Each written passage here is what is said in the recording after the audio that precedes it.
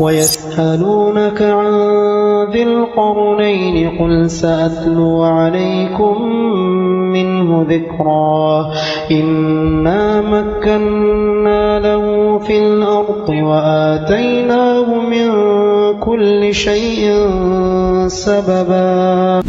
Sebelum saya menceritakan tentang hubung kait antara Ya'juj dan juga Ma'juj dengan Dzulqarnain, maka saya akan urut kisah ini berdasarkan Al-Quran yang terdapat dalam Suratul Kahfi. Namun sebelumnya saya ingin menjelaskan tentang siapa sebenarnya Raja Dzulqarnain itu. Kenapa disebut Dzulqarnain? Hidup di zaman siapa dia?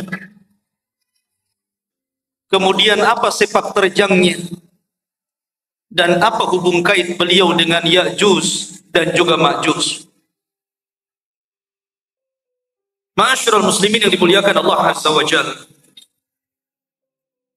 kita tahu bahwa kalau kita menceritakan kisah-kisah dalam Al-Quran, maka akan dapat pelajaran yang bisa kita petik di dalamnya. Makanya Allah Subhanahu wa taala berfirman sendiri, laqad kana fi qisasihim ibratun liulil albab. Dan sungguh pada kisah-kisah yang diceritakan dalam Al-Quran itu ada pelajaran besar, khususnya kita yang memiliki akal yang sehat.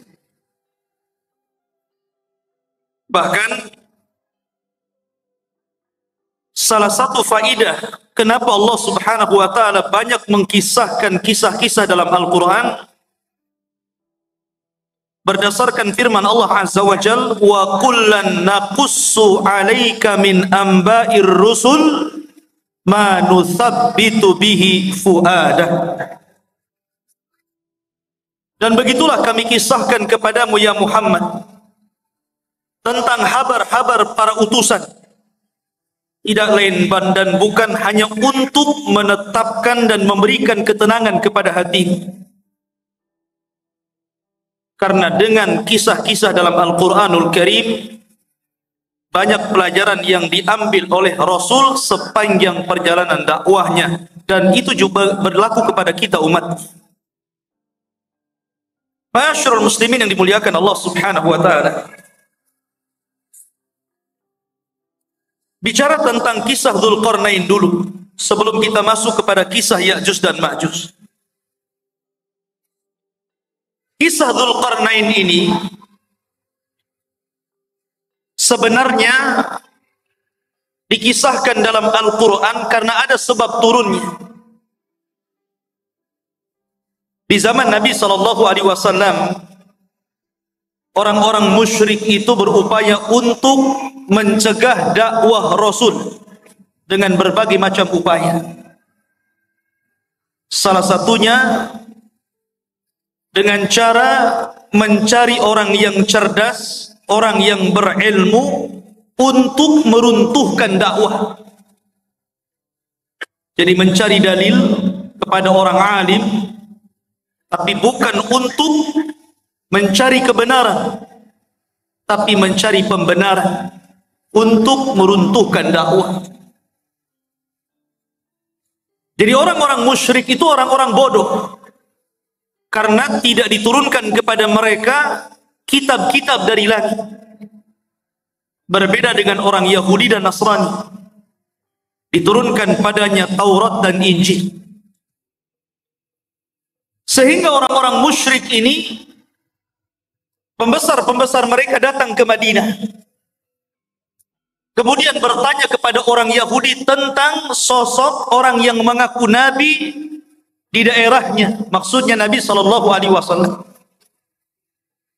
Maka orang-orang Yahudi mengatakan kepada orang-orang musyrik, kalau memang orang yang mengaku nabi di daerahmu betul-betul seorang nabi, tanyakan kepadanya 3 perkara.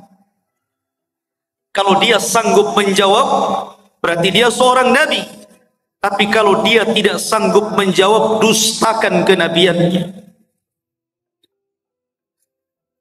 Apa 3 soalan yang akan ditanyakan, yang diajarkan orang-orang Yahudi kepada orang-orang musyrik untuk ditanyakan kepada Rasul?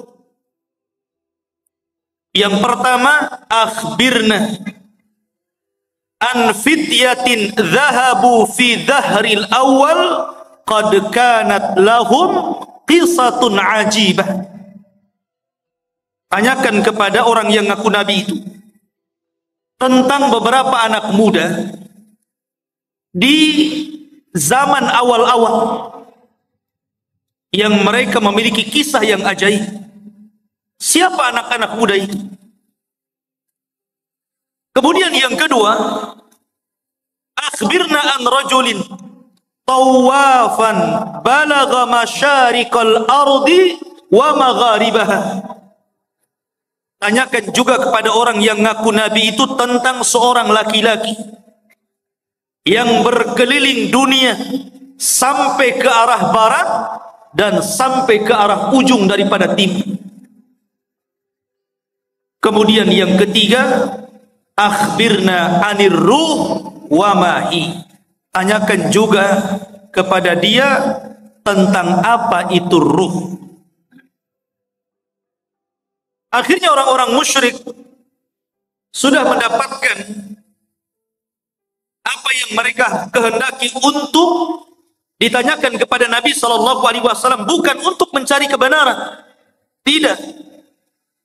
Mereka hanya hendak menghalang-halangi dakwah Rasul saja supaya didustakan manusia. Akhirnya para pembesar Quraisy sesampainya di Mekah, mereka datang kepada Nabi SAW. Mereka mengatakan, ya Muhammad, sesungguhnya kami memiliki 3 soalan. Kalau engkau sanggup menjawab, maka engkau adalah seorang nabi, amanna bik, pasti kami akan beriman kepadamu. Tapi kalau engkau tidak sanggup menjawab, memang engkau ini nabi palsu, pendusta. Akhirnya Nabi SAW mengatakan, silahkan tanyakan saja. Maka kemudian orang-orang musyrik ini bertanya tentang 3 soalan tadi. Saking senangnya Nabi SAW, kalau seandainya Rasul bisa menjawab 3 soalan itu, mereka akan beriman. Nabi SAW menjanjikan dengan kata-katanya, sa'ukhbirukum ghadan. Besok saya kabarkan jawabannya. Dan Nabi SAW lupa mengatakan insya Allah. Saking senangnya Nabi SAW sampai tidak mengatakan insya Allah, hanya mengatakan baik, besok saya akan jawab pertanyaan. Rupanya gara-gara Nabi SAW tidak mengucapkan insya Allah, akhirnya Allah uji keesokan harinya tidak ada Jibril yang datang memberitahu jawabannya. 1 hari, 2 hari, 5 hari, 10 hari, sampai 15 hari. Sehingga mulai orang-orang musyrik menganggap bahwa Nabi ini seorang pendusta, khianat, janji malah diingkari. Dari situlah Nabi SAW sesak dadanya. Akhirnya pada hari ke-15 malaikat Jibril turun dan menurunkan surah Al-Kahfi. Dan ini sebagai jawabannya. Adapun anak-anak muda yang berada di zaman awal yang mereka terjerembab dalam gua, mereka adalah Ashabul Kahfi, yang Allah firmankan, am hasibta anna ashabal kahfi warraqim kanu min ayatina ajaba. Apakah engkau mengira bahwa anak-anak muda yang terjerembab dalam Al-Kahfi, gua yang dalam itu, warraqim, raqim itu papan, yang ada nama-nama Ashabul Kahfi itu disebut Araqim, dan itu tertera di dinding depan gua Al-Kahfi. Dan mereka adalah tanda-tanda kebesaran kami yang luar biasa, yang ajaib. Adapun anak muda yang berkeliling dunia sampai mencapai ujung barat dan ujung timur, ujung selatan dan ujung utara, adalah Dzulqarnain, di mana Allah Subhanahu wa taala berfirman, yas'alunaka an dzil qarnaini qul sa'atlu 'alaikum minhu dzikra. Mereka bertanya-tanya kepadamu tentang siapa Dzulqarnain. Kata Allah, katakan ya Muhammad kepada mereka, saya akan cerita, saya akan bacakan kepada kalian sedikit dari cerita Dzulqarnain. Kata-kata minhu itu menunjukkan sedikit, karena memang Al-Quran tidak panjang lebar menceritakan Dzulqarnain, tidak sebagaimana cerita Ibrahim, cerita Nabi Musa dan yang lain. Hanya cuplikan kecil. Tapi itu sudah menjawab pertanyaan orang-orang Quraisy. Adapun ruh, maka Allah katakan yas'alunaka 'anir ruh qulir ruhu min amri rabbi. Mereka bertanya tentang ruh, katakan ruh itu urusan Rabbmu. Karena ruh itu sampai hari ini walaupun teknologi sudah canggih, nggak ada yang bisa mendeteksi ruh itu seperti apa. Sehingga ruh itu urusan Allah Subhanahu wa taala. Dari sini ikhwatu fiddin dimuliakan Allah Azza wa Jalla. Sebab cerita Dzulqarnain itu dari sebab turunnya ayat ini dari pertanyaan orang-orang Quraisy. Dan subhanallah ikhwan, gaya dakwah orang-orang Quraisy itu ditiru oleh sebagian orang-orang yang tidak suka dengan dakwah. Terkadang ada orang jahil, dia ingin menghancurkan dakwah. Caranya apa? Bertanya kepada orang alim, tetapi yang tidak sepakat dengan orang alim yang hendak dijatuhkannya. Dia hanya minta fatwa saja. Setelah dapat fatwa bukan diamalkan, tapi untuk menjatuhkan lawan. Makanya banyak orang-orang alim yang alimnya itu bukan untuk memperbaiki manusia, terkadang untuk memecah belah manusia. Dan mereka adalah ulama ulama-ulama yang jelek.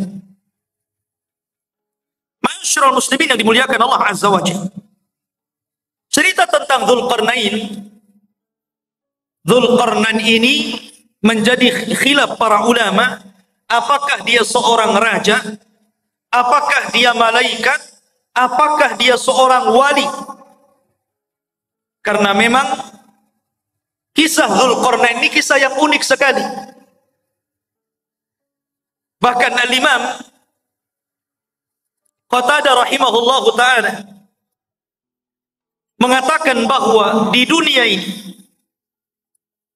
tidak ada penguasa yang mampu menguasai sebagian besar dunia kecuali hanya 4 orang saja. Yang 2 mukmin dan 2 kafir. Pertama, yang mukmin adalah Raja Sulaiman. Sulaiman menguasai sebagian besar dunia. Kemudian yang kedua, Dzulqarnain. Adapun yang kafir, yang pertama adalah Namrud.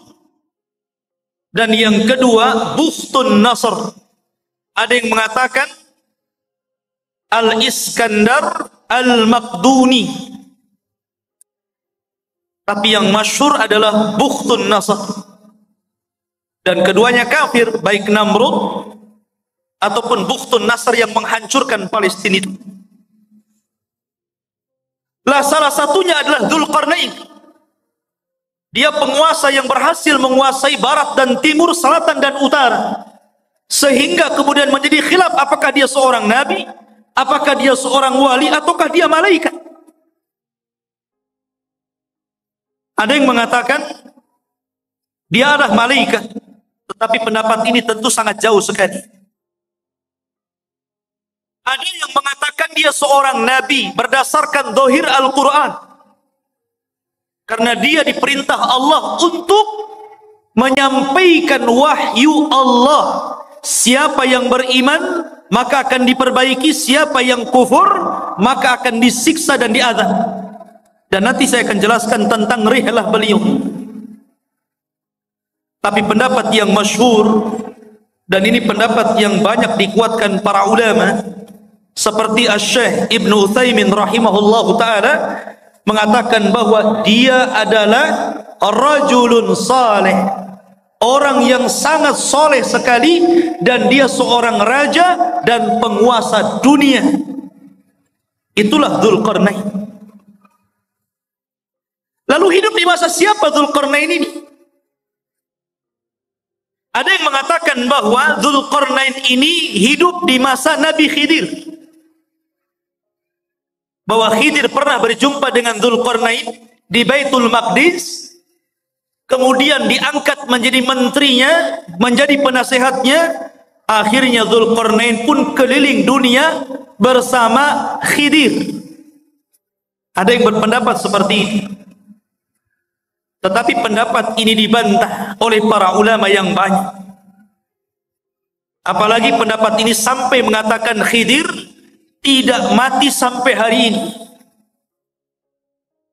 Kemudian yang kedua, dan ini yang dikuatkan para ulama, juga dikuatkan oleh Imam Ibnu Utsaimin rahimahullahu taala, bahwa Dzulqarnain itu hidup di masa Nabiullah Khalilur Rahman Ibrahim alaihi salatu wassalam. Jadi ia hidup di masa Nabiullah Ibrahim. Bahkan dia pernah tawaf bersama Ibrahim dan juga Ismail di Ka'bah. Bahkan dikatakan Ibrahimlah yang menjadikan Dzulqarnain ini masuk ke dalam agama tauhid. Yang dengan itu akhirnya Dzulqarnain berdakwah keliling dunia. Ini salah satu pendapat Al-Imam Ibnu Utsaimin rahimahullahu ta'ala dalam fatwa Nur ala Darbi, di mana Ibnu Utsaimin mengatakan huwa malikun salihun kana ala ahdil khalil Ibrahim. Dia adalah raja yang saleh, hidup di masa Nabiullah Ibrahim alaihi salatu wassalam, wa yuqalu annahu tafa ma'ahu bil baiti fallahu a'lam. Bahkan dikatakan dia pernah tawaf bersama Ibrahim di Baitullah, Allahu a'lam. Itu perkataan dari Imam Ibnu Utsaimin rahimahullahu taala. Masyarul muslimin yang dimuliakan Allah azza wa jalla. Baik, kenapa dia disebut Dzulqarnain? Dzu itu artinya pemilik. Qarnain itu dua tanduk. Kenapa disebut pemilik dua tanduk? Ada yang mengatakan bahwa kenapa raja tersebut digelari pemilik dua tanduk, atau dalam bahasa Arabnya Dzulqarnain. Pendapat yang pertama, karena dia memakai mahkota, dan dalam mahkotanya itu berbentuk dua tanduk. Jadi ada tanduk dalam mahkotanya dari kanan dan kiri, dari tembaga. Ada yang mengatakan disebut Dzulqarnain karena dia pernah dipukul sebelah kanannya, kemudian mati dan terluka. Kemudian Allah hidupkan kembali. Kemudian dipukul oleh kaumnya, kemudian mati dan kemudian dihidupkan kembali. Ada yang berpendapat seperti itu, ya terima saja, namanya pendapat. Makanya disebut Dzulqarnain. Ada yang mengatakan karena bentuk kepalanya seperti dua tanduk, ada tanduknya di kepalanya.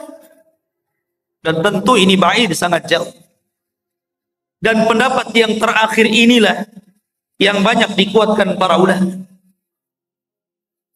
Disebut Dzulqarnain karena dia ketika berdakwah mengajak manusia ke dalam tauhid, maka dia berjalan ke arah barat sampai ujung terbenamnya, dan ke arah timur sampai tempat terbitnya. Dan tempat terbit serta tempat terbenamnya itu disebut qarnai syaitan, dua tanduk setan. Makanya Nabi SAW melarang jangan sholat ketika terbit matahari dan ketika terbenam matahari, karena ketika itu muncul dua tanduk syaitan. Maka ketika Dzulqarnain berdakwah sampai ujung barat, sampai terbenam matahari, bahkan sampai ujung timur, sampai terbitnya matahari, berarti dia melakukan kedua perjalanan, kedua tanduk syaitan, sehingga akhirnya dia digelari sebagai raja pemilik dua tanduk ataupun Dzulqarnain. Ini yang paling akrab mungkinnya, yang paling dekat berdasarkan nas Al-Quran. Bagaimana perjalanan beliau ke ujung barat dan timur itu. Ma'asyiral muslimin yang dimuliakan Allah Azza wa Jalla,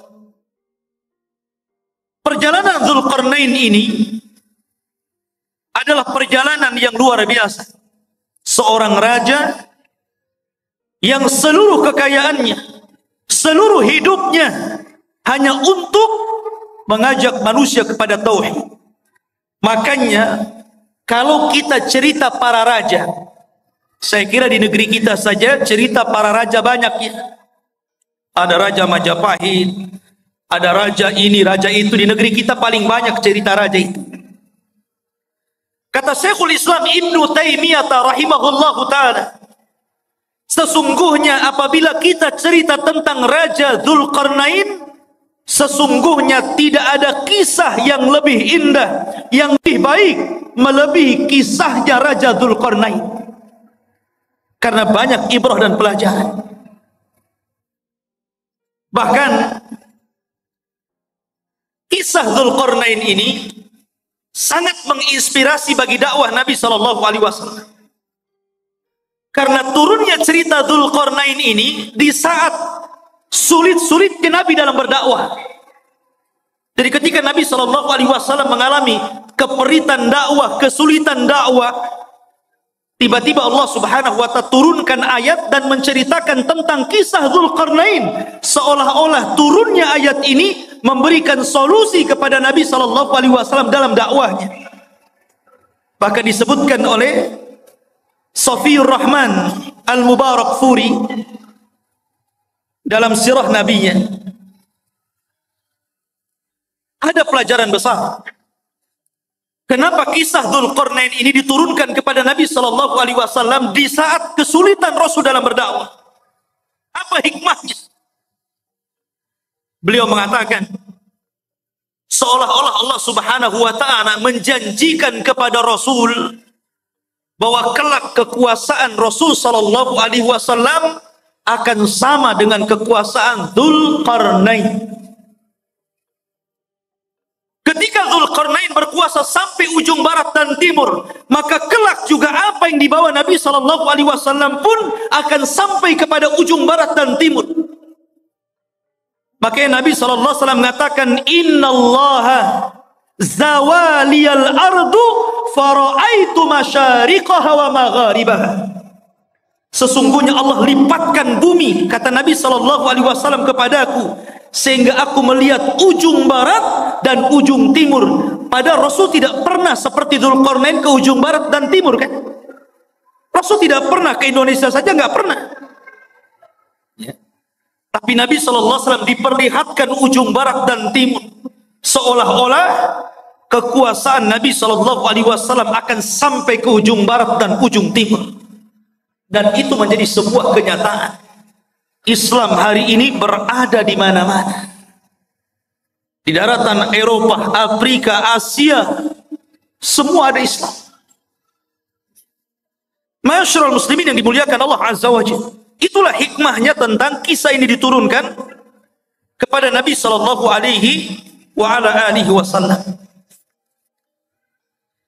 Adapun tentang nasab beliau, nasabnya Dzulqarnaini.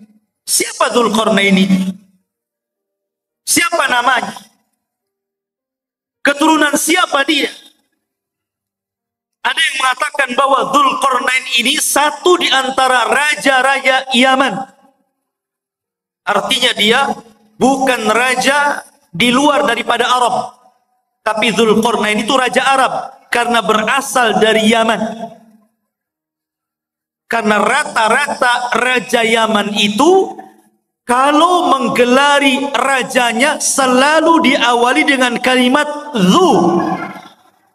Seperti Dzu Nuwas yang pernah menguasai Himyar Yaman. Ya. Maka raja-raja yang diawali dengan kalimat Dzu berarti menunjukkan raja itu adalah raja Yaman. Dan dia keturunan dari kabilah Qahtan. Dan kabilah Qahtan itu keturunan daripada Nabiullah Daud alaihi salatu wassalam. Dan ini pendapat yang kuat. Karena banyak orang-orang yang kemudian meneliti, membaca, berusaha untuk menggali siapa Dzulqarnain itu. Sehingga kemudian muncul katanya Dzulqarnain itu adalah seorang raja yang pernah hidup di Cina.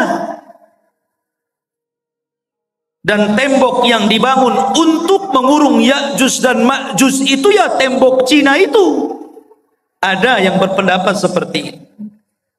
Sehingga kemudian orang-orang mengatakan Ya'juj dan Ma'juj itu orang Cina karena temboknya di sana.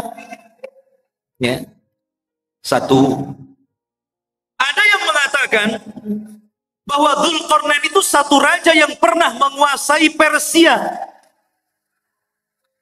Dan ada juga yang mengatakan bahwa Dzulqarnain adalah Iskandariyah Al-Maqduni Al-Yunani, murid daripada Aristoteles, seorang pencetus filsafat Yunani. Dan ini ada ulama yang mengatakan seperti ini. Dan ini banyak sekali yang mengatakan bahwa Dzulqarnain itu adalah Iskandariyah Al-Maqduni Al-Yunan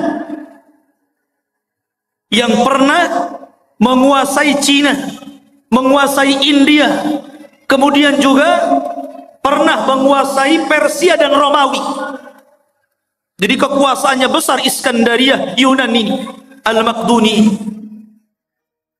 Tapi pendapat ini dibantah para ulama. Salah satunya adalah Al-Hafidh Ibnu Hajar rahimahullahu ta'ala membantah. Kenapa? Karena jarak antara munculnya Raja Dzulqarnain dengan Iskandariyah Al-Maqduni Al-Yunan ini jauh sekali. Iskandariyah ini datang setelahnya 2000 tahun. Karena dia hidup di zaman yang dekat dengan Isa bin Maryam.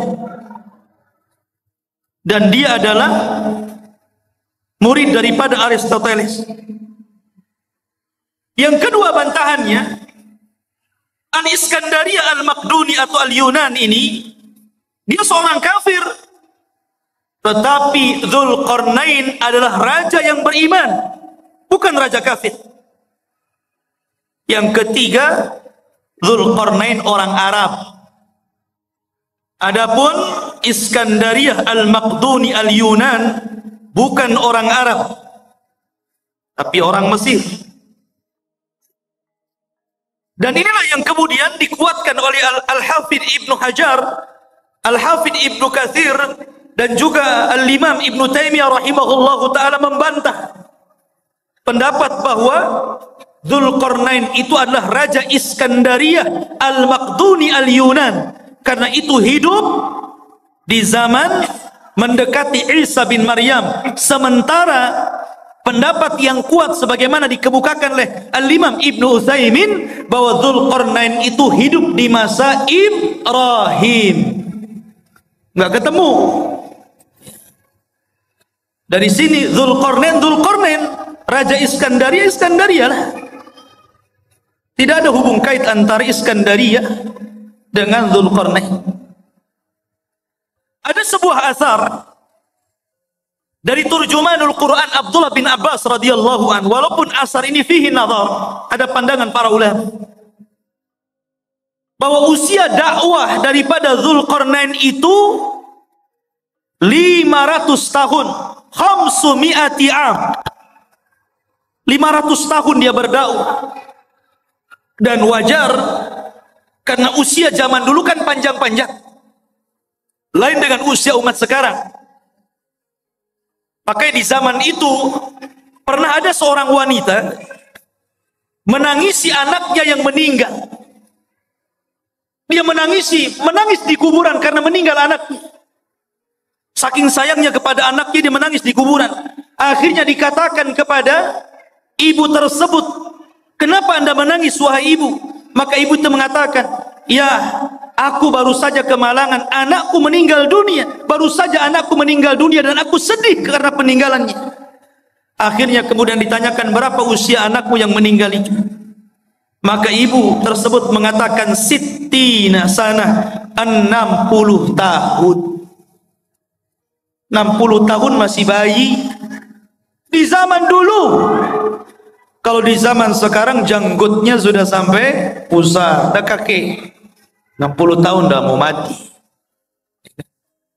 Akhirnya orang ini mengatakan, "Jangan sedih wahai ibu, karena kelak akan datang sebuah umat yang usianya itu baina sittuna was sab'in, baina sittina was sab'in, antara 60 sampai 70 tahun saja, dan itu usia kita umat Islam."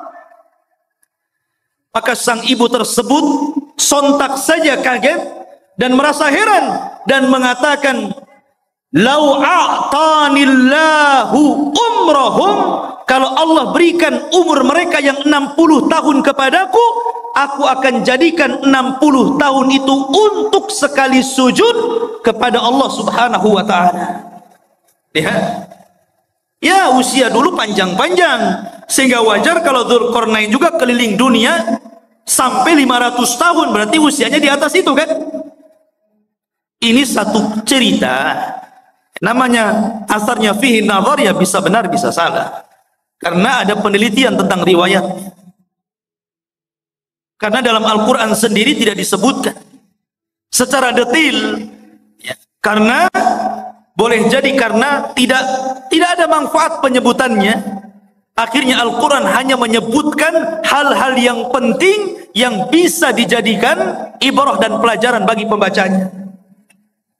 Baik, itu sedikit muqaddimah tentang siapa Dzulqarnain. Di dalam Al-Quranul Karim, tepatnya surah Al-Kahfi, ayat yang ke-83. Ayat yang ke-83 Allah katakan, "Yas'alunaka an dzil qarnaini." Mereka bertanya-tanya kepadamu ya Muhammad tentang siapa Dzulqarnain itu. Qul sa'atlu alaikum minhu dzikra. Katakan ya Muhammad, saya akan bacakan kepada kalian minhu, dari sedikit kisahnya saja. Dzikra, penyebutannya tidak banyak, hanya sedikit. Dan begitulah Allah Subhanahu wa ta'ala.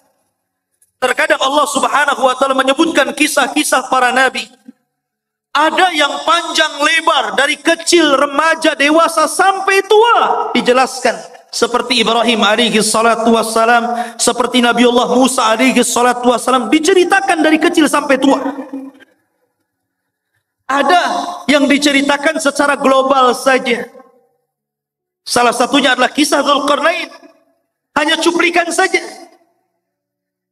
Tapi ada nabi-nabi yang kita kenal namanya, termasuk salah satu nabi daripada nabi-nabi 25 nabi dan rasul yang disebutkan nama dalam Al-Quran.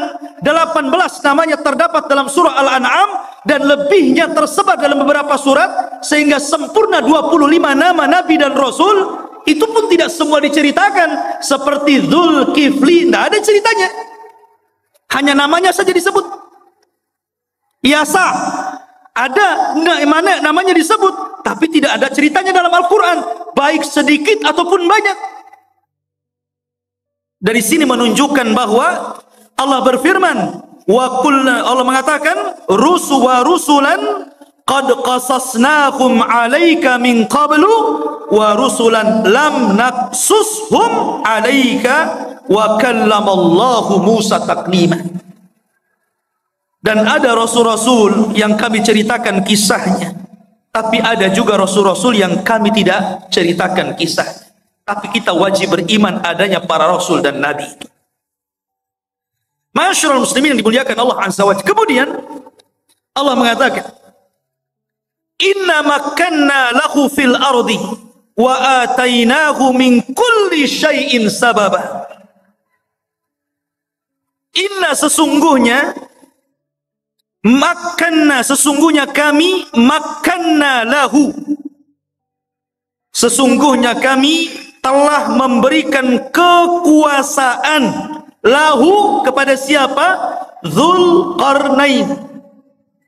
Makkan itu artinya kekuatan, kekuasaan, kehebatan untuk menjadi raja.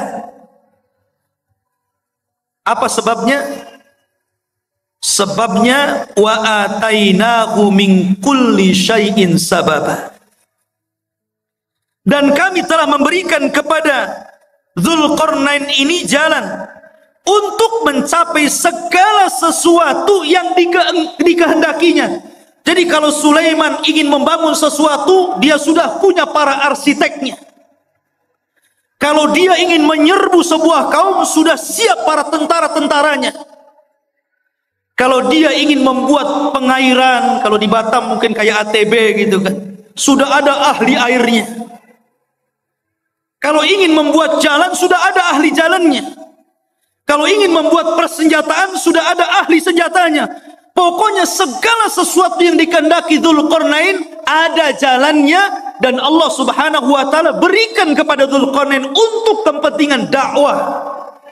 Nih yang menjadikan Allah makkanna lahu fil ard. Kami berikan kekuasaan yang besar di permukaan bumi kepada Dzulqarnain itu. Dan ini sebuah pelajaran bahwa kalau seorang penguasa ingin berkuasa dengan kuat dan tidak bisa ditumbangkan, maka dia harus mengikuti firman Allah Azza wa Jalla, wa atainahu min kulli syai'in sababa. Dia harus punya orang-orang pakar-pakar, harus dekat dengan dia. Pakar ekonomi, pakar politik gitu kan, pakar hubungan antara dalam negeri dan luar negeri, dan pakar-pakar yang lainnya. Kalau dia memiliki pakar-pakar itu dan sesuai dengan bidangnya, maka dia akan kokoh menjadi penguasa. Tapi kalau dia kemudian mencomot menteri asal saja, yang penting bapak senang umpamanya ya, atau mengambil orang-orang dekat yang penting mendukung dia, nah itu tidak akan inna makkanna lahu fil ard. Jadi betul-betul harus orang-orang ahlinya seperti Dzulqarnain, baru penguasa itu akan kuat kekuasaan. Kemudian Allah mengatakan fa'atba'a sababa. Maka mulailah Dzulqarnain mengikuti satu jalan. Ingat, perjalanan Dzulqarnain dalam berdakwah ini banyak sekali. Banyak sekali. Tapi Al-Quran hanya menceritakan 3 perjalanan dakwahnya saja. Karena ini yang paling vital, yang paling penting, dan banyak pelajaran yang kita bisa petik, khususnya bagi Anda para penguasa. Karena ini seorang raja. Kalau Anda ingin menjadi penguasa negara, hendaklah pelajari kisah Dzulqarnain. Karena ini contoh bagi para raja. sebagaimana pernyataan Imam Syekhul Islam Ibnu Taimiyah rahimahullahu taala, tidak ada kisah yang terbaik para raja melebihi kisahnya Dzulqarnain. Perhatikan perjalanan pertama. Allah mengatakan, hatta idza balagha maghribasy syamsi wajadaha taghrubu fi ainin hamiyatin wa wajada indaha qauman qulna ya dzal qarnain imma an tu'adziba wa imma an tattakhidha fihim husna fa amma qala amma man zalam fasawfa nu'adzibuhu thumma yuraddu ila rabbih fayu'adzibuhu adzaban nuqra. Perhatikan ini perjalanan pertama Raja Dzulqarnain. Hingga apabila dia telah sampai ke tempat terbenam matahari. Ketika dia sampai ke mana? Ainin. Ain itu maksudnya lautan. Hamiyatin maksudnya yang bentuknya seperti lumpur hitam. Jadi beliau mengarah ke arah barat karena terbenam matahari di situ. Terbenam matahari di mana? Di barat. Pertama kali perjalanan Dzulqarnain ke mana? Ke arah barat. Dia berjalan ke arah barat. Dan di sini Allah mengatakan ainin hamiyah, maksudnya lautan yang menghitam seperti lumpur hitam.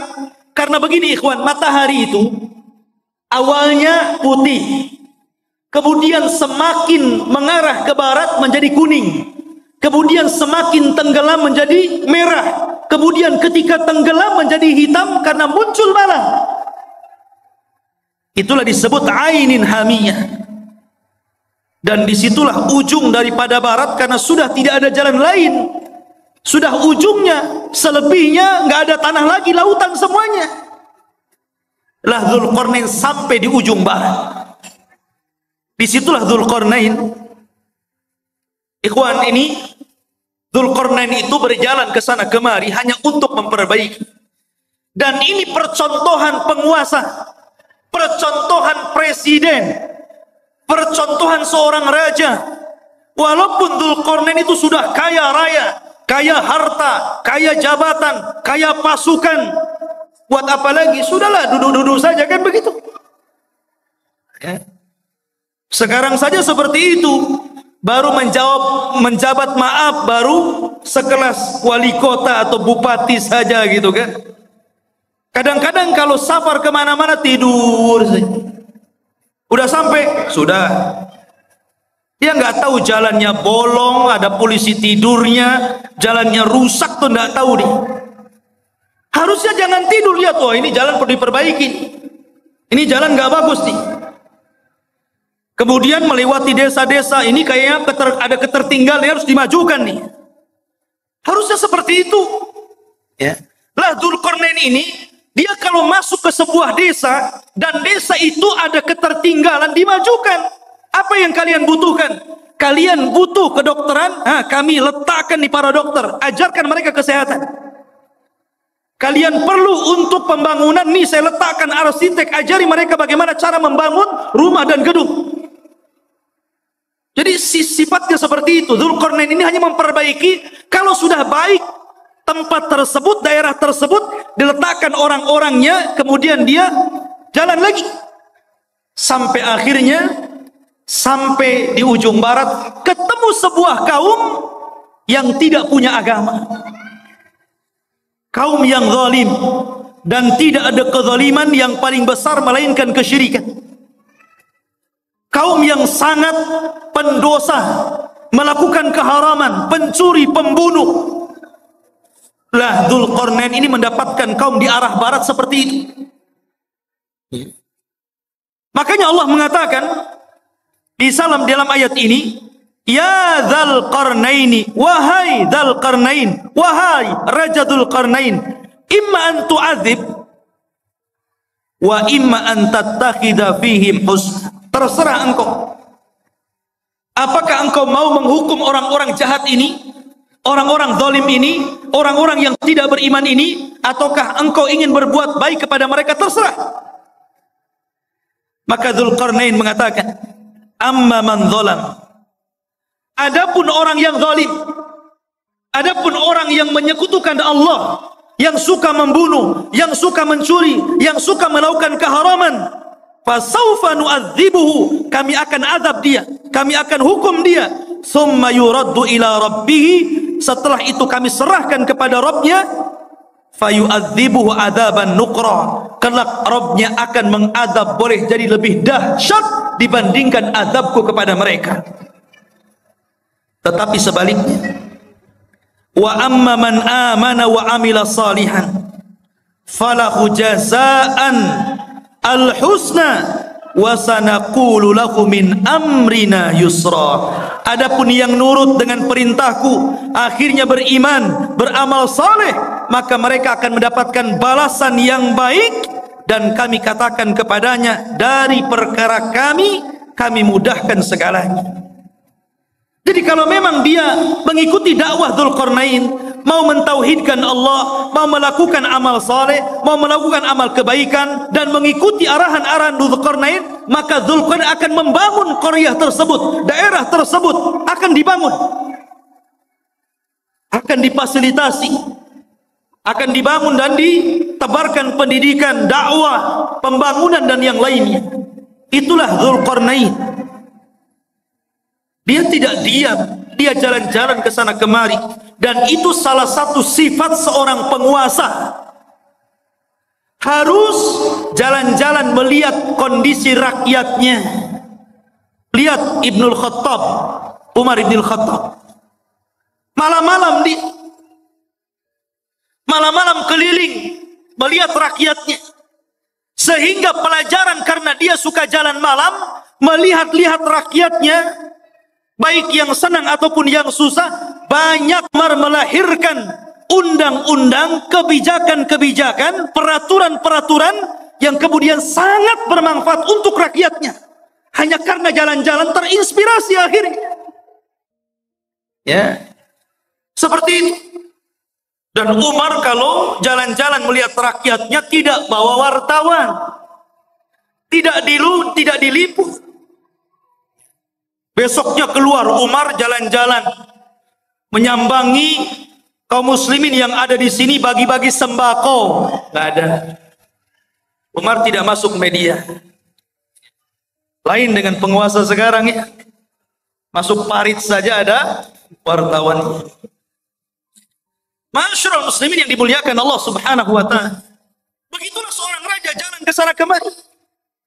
Inilah yang pertama perjalanan siapa? Dzulqarnain ke arah barat. Baru kemudian Allah mengatakan, summa atba'a sababa. Baru kemudian Dzulqarnain berjalan ke arah lain. Ke arah mana? Allah mengatakan,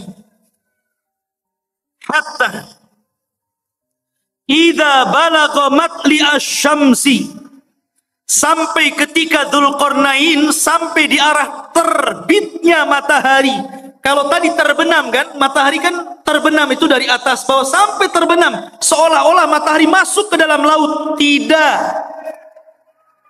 Matahari itu tidak mengelilingi bumi. Bukan berarti dia masuk arah laut kemudian mengelilingi bumi sampai muncul di arah timur. Tidak. Sebagaimana pelajaran yang ma'ruf antum pelajari di sekolah-sekolah, matahari tidak mengelilingi bumi. Matahari itu menghadap Allah, sujud kepada Allah hampir-hampir. Dia tidak diizinkan untuk terbit dari arah timur, dan hampir-hampir terbit dari arah barat. Dan kalau sudah demikian, maka kiamat telah dekat. Lah Dzulqarnain sampai di ujung matahari terbit, akhirnya artinya arah timur, karena terbitnya matahari itu di timur. Ya. Disitulah kata Allah berfirman, wajadaha tatlu ala qaumin lam naj'al lahum min duniha sitra. Subhanallah.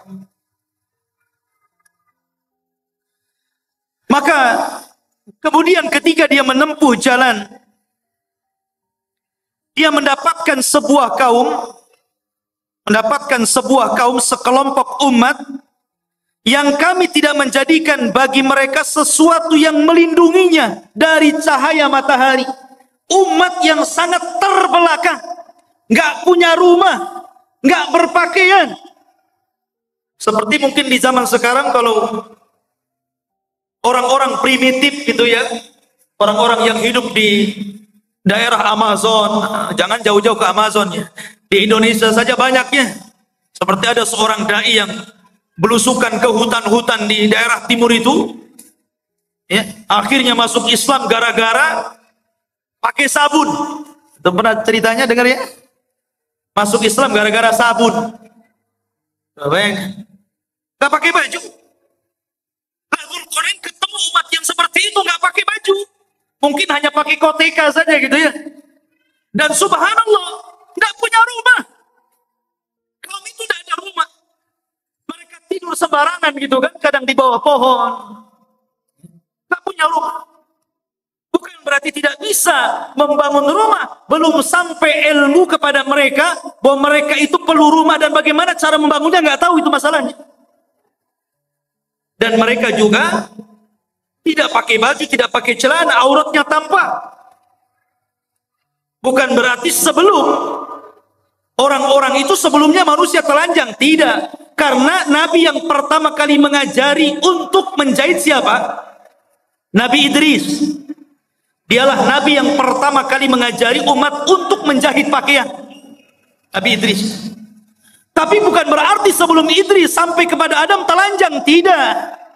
Pakai baju juga, cuman mereka bajunya ditempel-tempel, ditali-tali gitu saja, tidak dijahit. Lah di zaman Idris itulah mulai ada jahitan, mulai dijahit sininya, dijahit sananya, sampai hari ini berbagai macam ragam, sampai muncul tailor-tailor kan gitu. Tapi yang pertama kali menjahit siapa? Idris. Lah di zaman Dzulqarnain ini ada kaum dari arah timur itu nggak pakai apa-apa, auratnya nampak, nggak punya rumah, kasihan. Ya.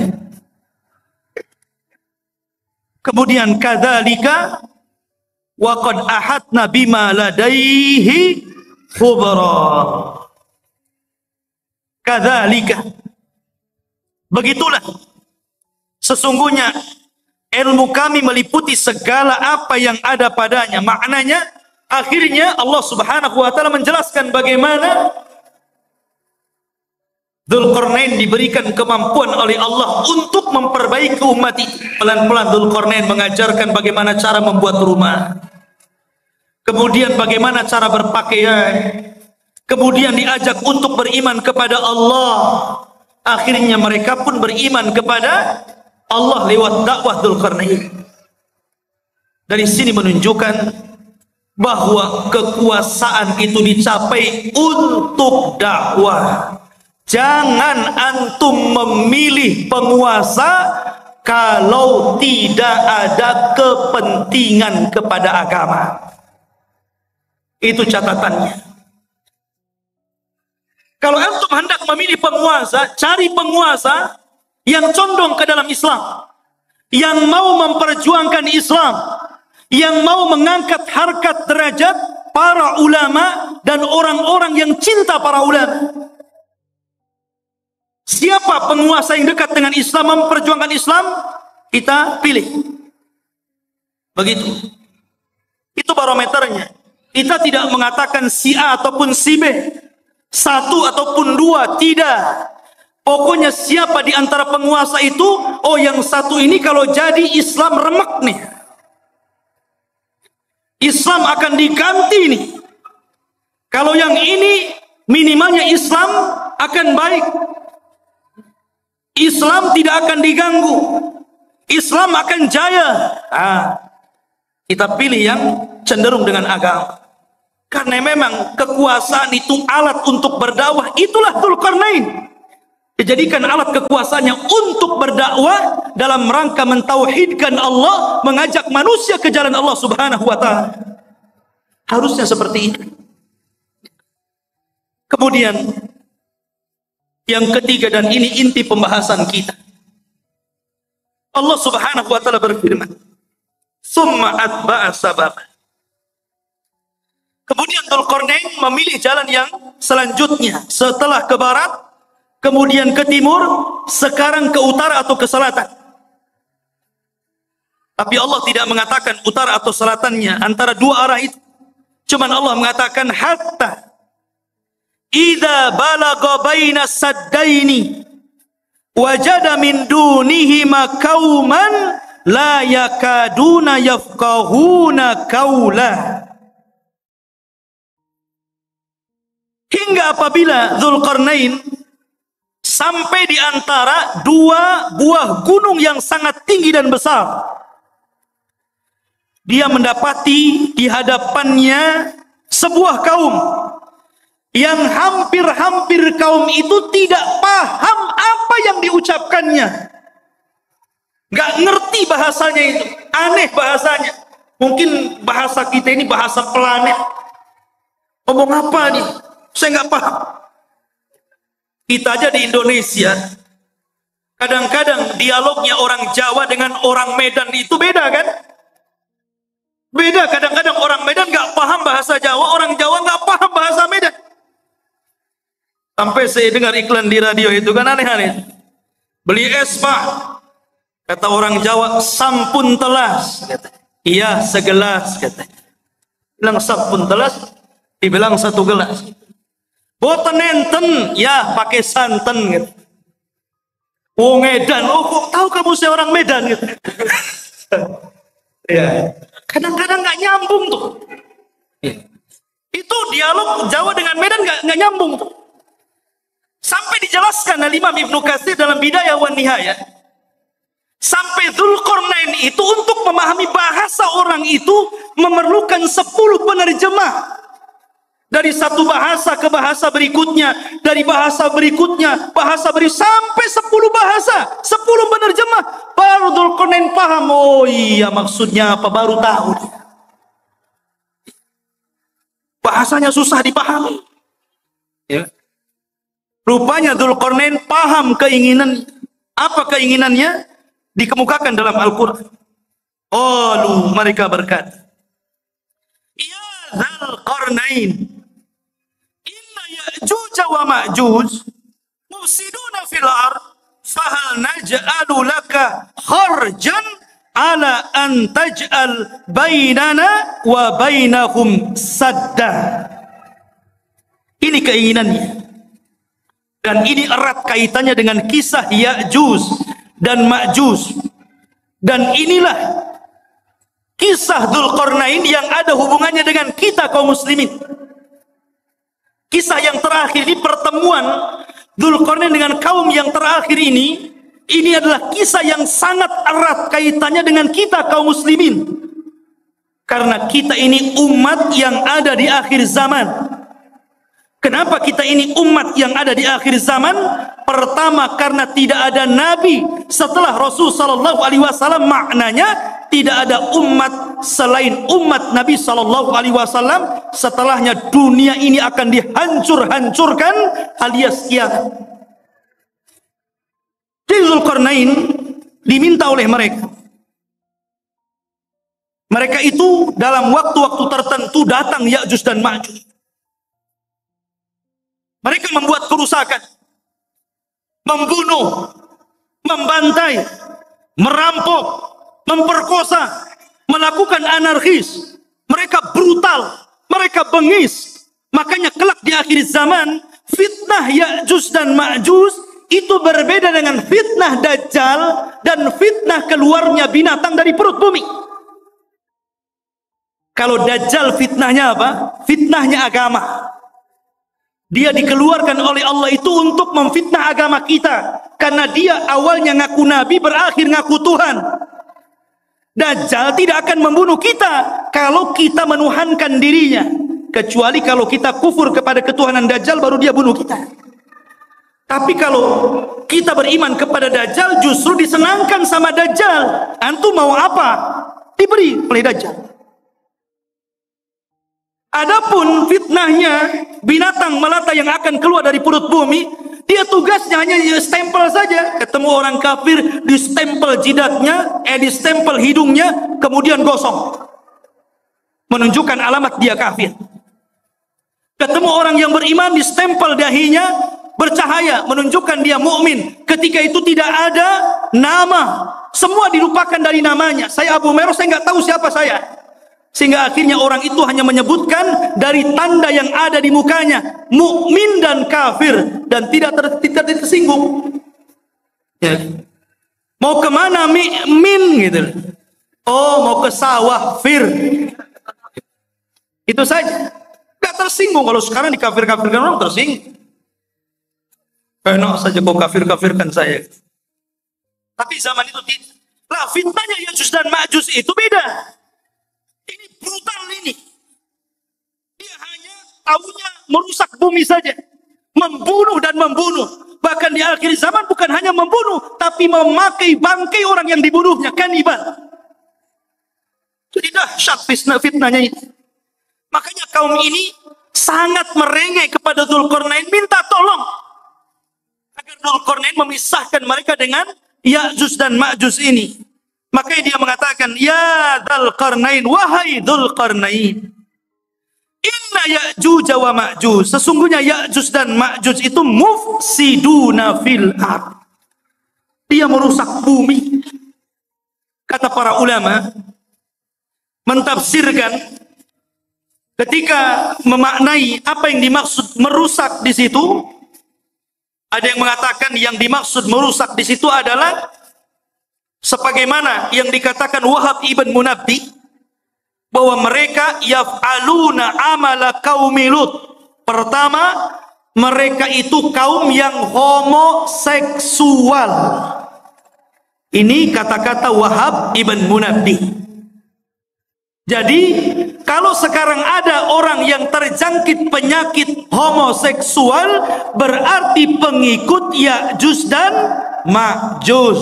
Itu menurut Wahab ibn Munabbih. Ingat tuh, jangan sekali-kali mendukung LGBT. Itu perilakunya Ya'juj Ma'juj itu. Tapi jangan antum katakan, tuh dia Ya'juj Ma'juj tuh. Tengok orang banci, hati-hati ada Ya'juj Ma'juj. Boleh.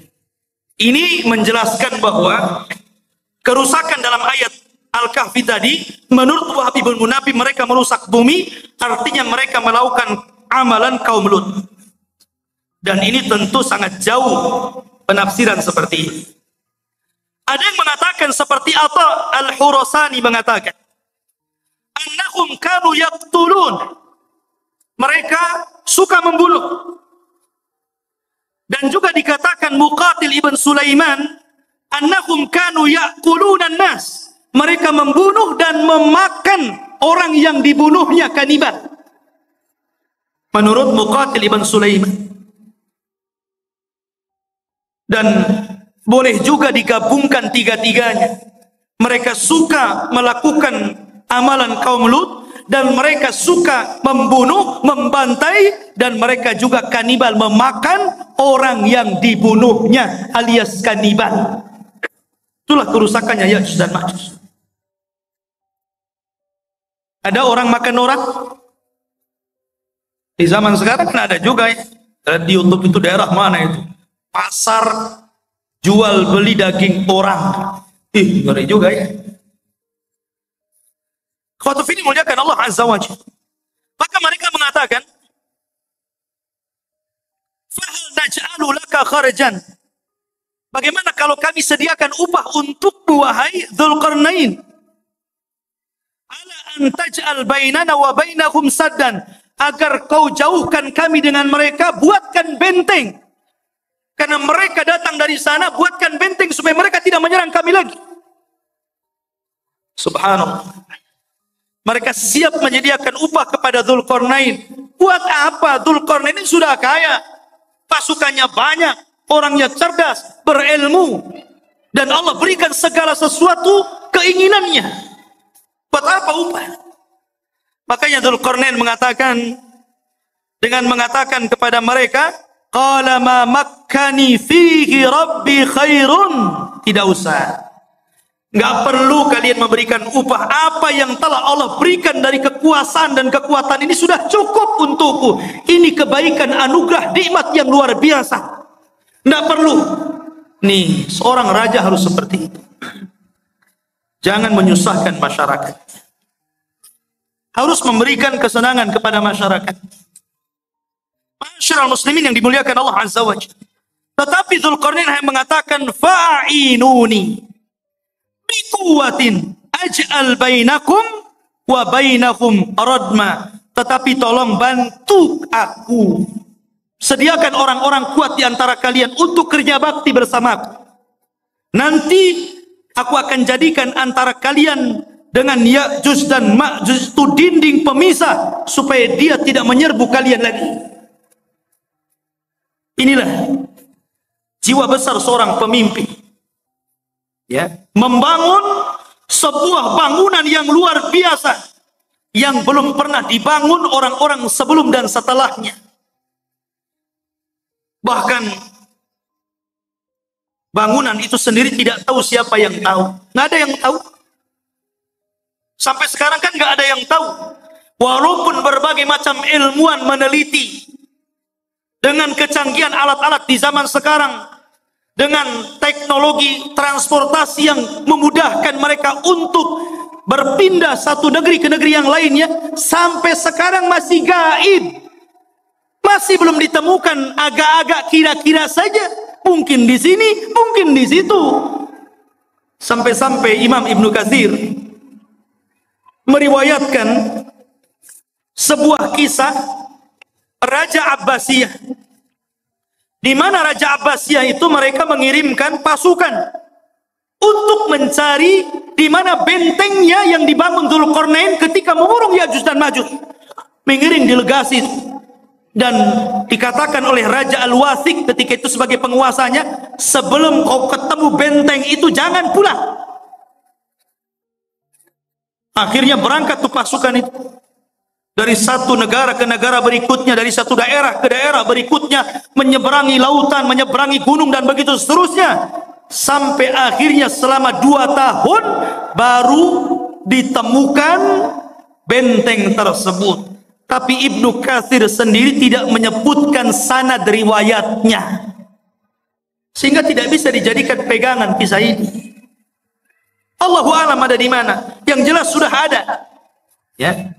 Walaupun sebagian para ulama seperti Lajnah Daimah dan juga Syekh bin Baz rahimahullahu taala, ketika ditanya tentang di mana sebenarnya benteng yang dibangun Dzulqarnain itu, yang mengurung padanya Ya'juj dan Ma'juj dan akan keluar di akhir zaman,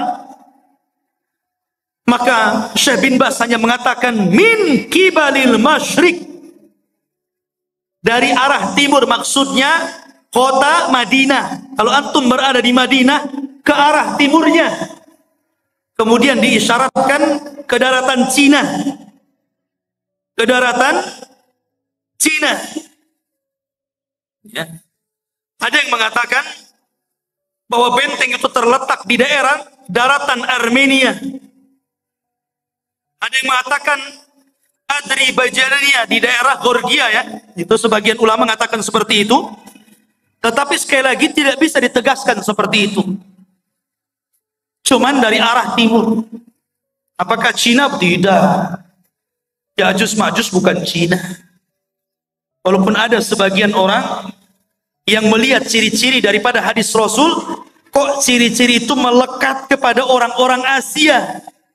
Orangnya pendek, mukanya bulat, matanya sipit. Jangan-jangan saya boleh? Bukan. Ya'juj dan Ma'juj itu belum keluar. Kalau Cina sudah keluar dari dulu, ya. Di mana-mana.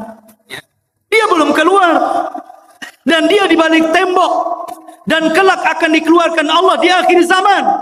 Bukan sekarang, di akhir zaman. Karena Ya'juj dan Ma'juj itu Allah keluarkan setelah Allah hancurkan bentengnya, itu ketika setelah Isa bin Maryam turun itu pun pasca terbunuhnya Dajjal. Dajjal dibunuh dulu, baru setelah itu selang beberapa waktu Isa dan kaum muslimin diuji lagi oleh Allah, tiba-tiba runtuh daripada apa yang sudah dibangun Dzulqarnain, sadnya ini, bendungannya ini, bentengnya ini. Akhirnya dari situ min kulli hadabin yansilun, maka mereka keluar dari benteng itu seperti bah yang turun dari bukit, saking banyaknya gitu, keluar semua. Karena dalam riwayat Abdullah bin Umar radhiyallahu an, di antara mereka Ya'juj dan Ma'juj itu dikisahkan bahwa tidak mungkin mati seorang Ya'juj dan Ma'juj itu kecuali kalau seandainya mereka telah mendapatkan 1000 keturunan baru mati. Ya. Jadi kalau seandainya keturunannya sudah 1000 baru dia mati. Itu dalam sebuah athar. Makanya wajar kalau jumlah mereka banyak. Ketika Adam alaihi salatu wassalam dipanggil oleh Allah dan mengatakan, ya Adam, akhrij bi'thanna. Wahai Adam, keluarkan utusan-utusan neraka. Adam kaget, ya Rabb, fama bi'thun nar? Apa utusan neraka itu? Maka Allah mengatakan, setiap 1000 penduduk neraka, keluarkan satu orang dan masukkan ke dalam surga. Artinya 999 masuk neraka dan 1 masuk surga. Ketika itu Allah mengatakan kepada Adam, 1 dari kalian dan 999 dari Ya'juj dan Ma'juj. Jadi jumlah mereka banyak. Jadi kalau antum mau perang dengan Ya'juj dan Ma'juj itu, 1 dari antum dikeroyok dengan 999 Ya'juj dan Ma'juj. Kira-kira menang atau keok tuh? Antum 10 orang saja mati antum. Apalagi 999 lawan 1 kan itu. Lain kalau antum lawannya pakai rudal. Kalau tangan kosong nggak mungkin antum. Tapi di zaman itu nggak ada rudal, nggak ada nuklir. Semua kembali kepada peralatan manual, pedang, panah, tombak, kuda, unta, sehingga susah melawan mereka. Dan itulah apa yang disabdakan Rasul, akan muncul sebuah kaum yang tidak bisa engkau perangi. Makanya wahai Isa, selamatkan kamu dan selamatkan sebagian dari yang selamat dari kaum muslimin, bersembunyilah di bukit Tur. Akhirnya Isa pun menyembunyikan diri dan kaum muslimin di bukit Tur. Dzulqarnain ini akhirnya membuat benteng yang sangat kokoh sekali. Kemudian sifat bentengnya dijelaskan. Atuni zubural hadid hatta idza sawa baina sadafaini qala anfuhu hatta idza ja'alahu naran qala atuni ufrig alaihi qitra. Maka Dzulqarnain berkata, berikanlah kepadaku potongan-potongan besi, sehingga apabila besi itu telah sama rata dengan kedua puncak gunung, seolah-olah main las, kayak orang las gitu kan. Besi itu dibuat, ditancap-tancapkan, kemudian dilas satu dengan yang lainnya, sehingga menjadi sebuah benteng. Kemudian ketika tinggi besi itu sama dengan gunungnya, berkatalah Dzulqarnain, tiupkanlah api. Hingga apabila besi itu sudah menjadi merah seperti api, dia pun berkata, berikanlah kepadaku tembaga yang mendidih, agar kutuangkan ke atas besi panas tersebut. Kokoh sekali. Inilah dinding yang tidak bisa dijebol. Sampai Ya'juj dan Ma'juj sendiri gak bisa jebol dinding itu. Di zaman Nabi SAW, Rasul pernah mendengar sebuah gelegar suara yang menggelegar. Kata Sofia, kata Nabi kepada Sofia, wahai Sofia, tahukah kamu suara apa itu? Kata Sofia mengatakan, tidak tahu, Allah dan Rasulnya yang tahu. Kata Nabi, itulah suara suara bentengnya Ya'juj dan Ma'juj. Dan dia berhasil melubangi. Kemudian Rasul menyebutkan seperti ini. Dia sudah bisa melihat kita dari lubang seperti ini. Jadi Ya'juj dan Ma'juj itu sudah bisa melubangi seperti ini, kata Rasul, ngeker dari dalam. Ini Abu Fulan. Ini Abu Fulan. Ya. Dikeker. Dan subhanallah, karena kokohnya benteng itu, Ya'juj Ma'juj itu setiap hari melubangi untuk keluar dari situ. Jadi kalau di pagi hari dia datang dengan kumpulan-kumpulan arsitek khusus yang melubangi gua itu dari kalangan Ya'juj dan Ma'juj, mereka ngebor tuh dengan alat yang mereka punya. Ketika sudah kecapean gitu kan, hampir mereka sedikit lagi. Dan waktu sore mereka kemudian kembali ke rumahnya. Besoknya bolongan itu balik lagi ke asalnya. Dan seperti itu hampir mereka putus asa karena tidak bisa melubangi dan tidak bisa keluar dari gerbang. Sampai akhirnya di akhir zaman, ketika pemimpin Ya'juj dan Ma'juj itu hendak memimpin untuk melubangi dan keluar dari benteng itu, kata pemimpinnya, besok kita akan kerja lagi, insya Allah. Pemimpinnya diilhamkan untuk mengucapkan insya Allah. Subhanallah. Ketika pemimpinnya diilhamkan untuk mengucapkan insya Allah, jebol benteng itu.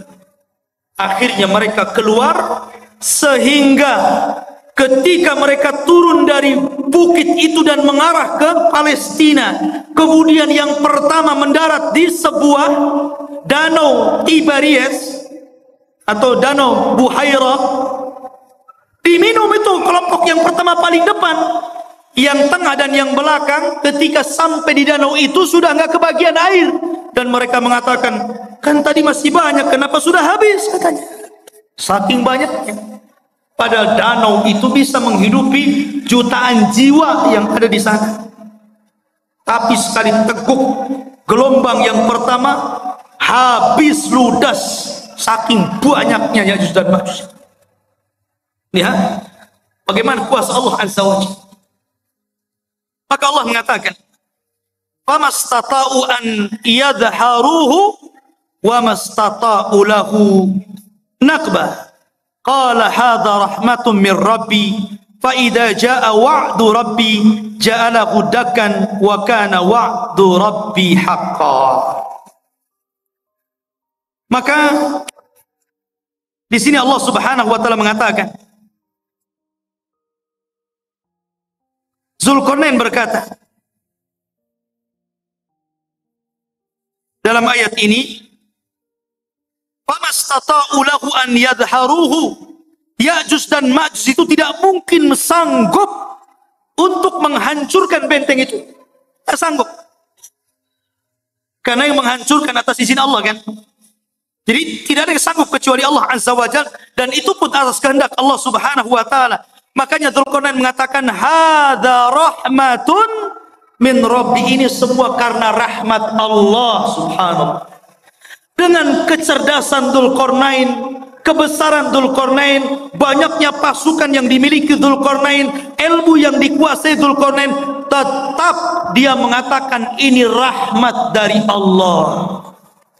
Ya, tawadu, rendah diri, masih mengakui rahmat ini datang dari Allah. Jangan seperti Qarun yang mengatakan innama utitu min ilmin indi, kekayaan ini datang dari ilmu yang saya miliki, katanya. Jangan seperti Qarun. Dzulqarnain tetap mengatakan ini rahmat dari Allah Subhanahu wa taala. Masyarul muslimin yang dimuliakan Allah Azza wa Jalla. Itulah kilasan daripada cerita Dzulqarnain. Sedikit kita cerita tentang Ya'juj dan Ma'juj.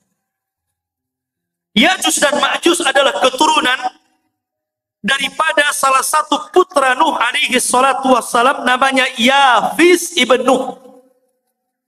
Nuh memiliki 4 putra, Ham, Syam, Yafis, Kan'an. Tapi Kan'an kafir dan tidak masuk ke perahu, akhirnya mati diterjang ombak dan tufan. Sehingga yang selamat adalah Ham, Syam dan Yafis. Dari keturunan Syam inilah lahir para nabi dan rasul. Dari keturunan Ham ini lahirlah orang-orang yang berkulit hitam. Dan dari keturunan Yafis inilah lahir bangsa Asia. Salah satunya kabilah Ya'juj dan Ma'juj. Salah satu dari keturunan kabilah Yafis adalah Ya'juj dan Ma'juj, dan semuanya masuk neraka. Tidak ada yang masuk surga. Ya, karena mereka diciptakan untuk membuat fitnah. Sama dengan Dajjal. Ya. Ma'asyiral muslimin yang dimuliakan Allah Azza wa Jalla. Kalau kita tahu bahwa Ya'juj dan Ma'juj adalah keturunan Yafis ibn Nuh, dari sini maka kita katakan Ya'juj dan Ma'juj itu manusia, bukan binatang, apalagi tumbuh-tumbuhan. Dia manusia dan bukan jin. Karena sebagian para ulama mengatakan sebagaimana dinukilkan oleh sebagian para ulama, seperti dikatakan Ka'ab al-Akhbar. Ka'ab al-Akhbar ini seorang ulama yang masuk Islam di zaman Umar ibn al-Khattab. Kunyahnya Abu Ishaq, dan dia banyak menukilkan ilmu ahli kitab, dan dia banyak diterima riwayatnya. Ada beberapa riwayat yang ditolak karena Israiliyat. Salah satu kisah Israiliyatnya, Ka'ab al-Akhbar mengatakan bahwa Ya'juj dan Ma'juj itu terdiri dari 3 golongan. Kelompok yang pertama tingginya seperti Syajaratul Aruz. Syajaratul Aruz, pohon aruz ini pohon yang sangat tinggi, seperti pohon mangga yang ada di Lubnan. Jadi Ya'juj dan Ma'juj itu raksasa karena tinggi, seperti pohon aruz katanya, yang ada di Lubnan, ma'ruf, setinggi pohon kelapa gitu. Jadi kalau muncul sekali nginjak kayak gempa, blok blok blok gitu. Itu satu golongan. Ya. Yang kedua, ada dari Ya'juj dan Ma'juj itu kelompok yang beda. Dia memiliki tingginya 4 hasta dan lebarnya 4 hasta. 1 hasta itu setengah meter. Kalau 4 hasta berarti 2 meter. Tingginya 2 meter, lebar badannya 2 meter. Kotak. Ya kan?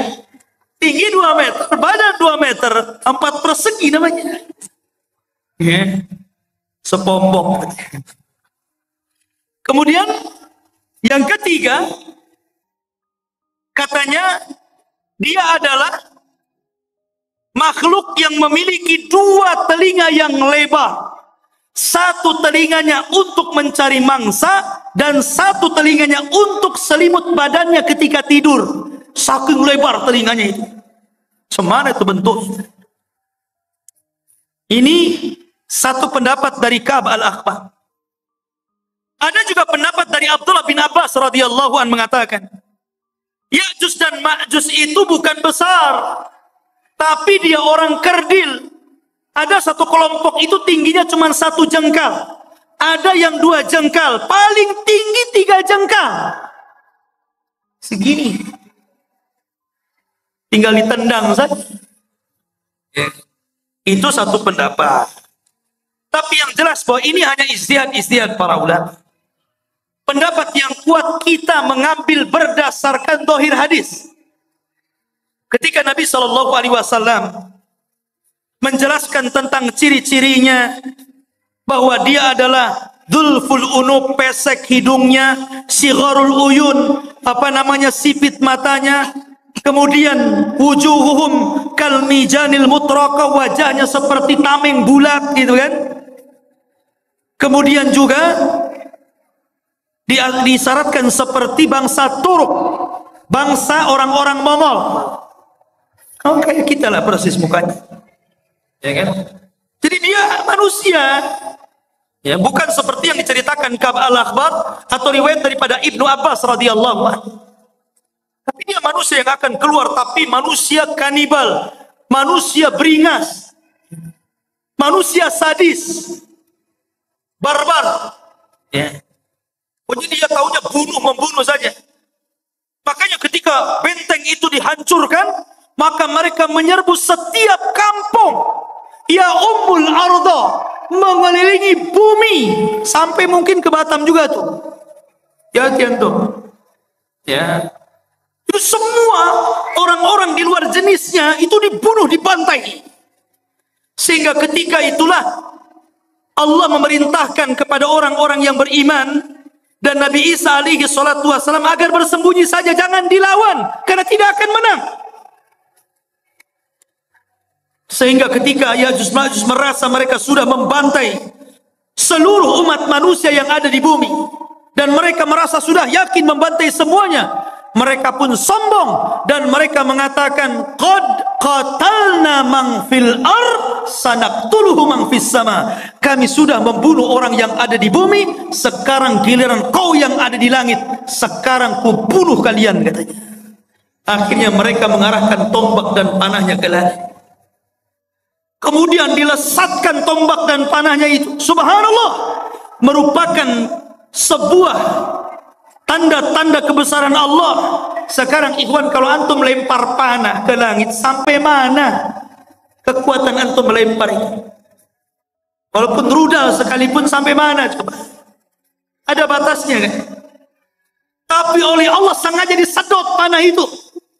Jadi panahnya itu terus disedot sengaja sampai ke dalam awan, sampai dah nggak kelihatan lagi. Dari situ Allah kembalikan panah dan tombak, dan sengaja ujung-ujungnya seolah-olah dilumuri darah, seolah-olah orang yang di langit sudah mati. Akhirnya ketika panah dan tombak itu kembali ke bumi, yakin mereka sudah membunuh orang yang di langit dan orang yang di bumi. Lengkaplah kesombongan mereka. Dari situlah, karena kesombongan mereka lah akhirnya Allah subhanahu wa ta'ala menghancurkan mereka. Dengan cara apa? Berperang? Tidak ada sanggup yang memerangi. Tapi Allah kalau menghancurkan sebuah kaum, bagi Allah itu mudah. Ketika Allah menghancurkan orang-orang yang hendak menghancurkan Ka'bah dari Abrahatul Asram dan pasukan gajahnya, cukup mengirim burung laut. Ketika Allah subhanahu wa ta'ala memberikan azab kepada orang-orang yang kufur, yang disebutkan dalam surah Al-Kahfi, pemilik dua kebun, yang kebun itu kayak sorga. Kalau masuk ke kebun itu bawa keranjang, tidak perlu dipetik, keluar, masuk kebun, keluar sudah penuh keranjangnya. Kayak sorga, kufur mereka. Akhirnya Allah mengadab kaum tersebut dengan cara apa? Mengutus tikus sebesar kucing. Ada tikus sebesar kucing? Ada. Tikus Jakarta. Bukan, antum jangan kotor otaknya. Tikus-tikus got itu kan gede ya. Antum tahu tikus got itu? Itu kalau ketemu kucing, kucingnya yang lari. Jadi dikeluarkan tuh tikus-tikus menggerogoti apa? Sad Ma'rib, bendungan Sungai Ma'rib digerogoti. Akhirnya hancur bendungan itu. Kemudian airnya meluluhlantakkan sebuah negeri yang sangat subur, negeri Sabah itu. Dan tidak ditanami kecuali sedikit. Akhirnya semuanya menjadi rata. Dan tidak ada yang tersisa tumbuhan kecuali hanya pohon bidara, sidrin, dan beberapa pohon yang tidak ada manfaat. Begitu juga ketika Allah menghancurkan Ya'juj dan Ma'juj. Apa yang Allah kirim? Allah tidak kirim buaya, baik buaya laut atau buaya darat. Allah tidak kirim harimau, Allah tidak kirim gajah, tapi Allah kirim ulat, naghaw, dud. Itu yang dikirim. Ketika Ya'juj dan Ma'juj tertidur di malam hari, rupanya Allah kirim ulat, kemudian masuk ke dalam tengkuknya. Ketika ulat itu masuk ke dalam tengkuknya dan menjadi virus dalam badannya, tiba-tiba satu Ya'juj dan Ma'juj mati dan meninggal dunia seperti antum mematikan gardu listrik, satu mati, mati semuanya. Ya kan? Jadi satu Ya'juj Ma'juj mati, mati semua. Subhanallah. Ya. Tetapi yang kerepotan Nabi Isa, cemana membuang bangkainya setiap satu jengkal ada di permukaan bumi.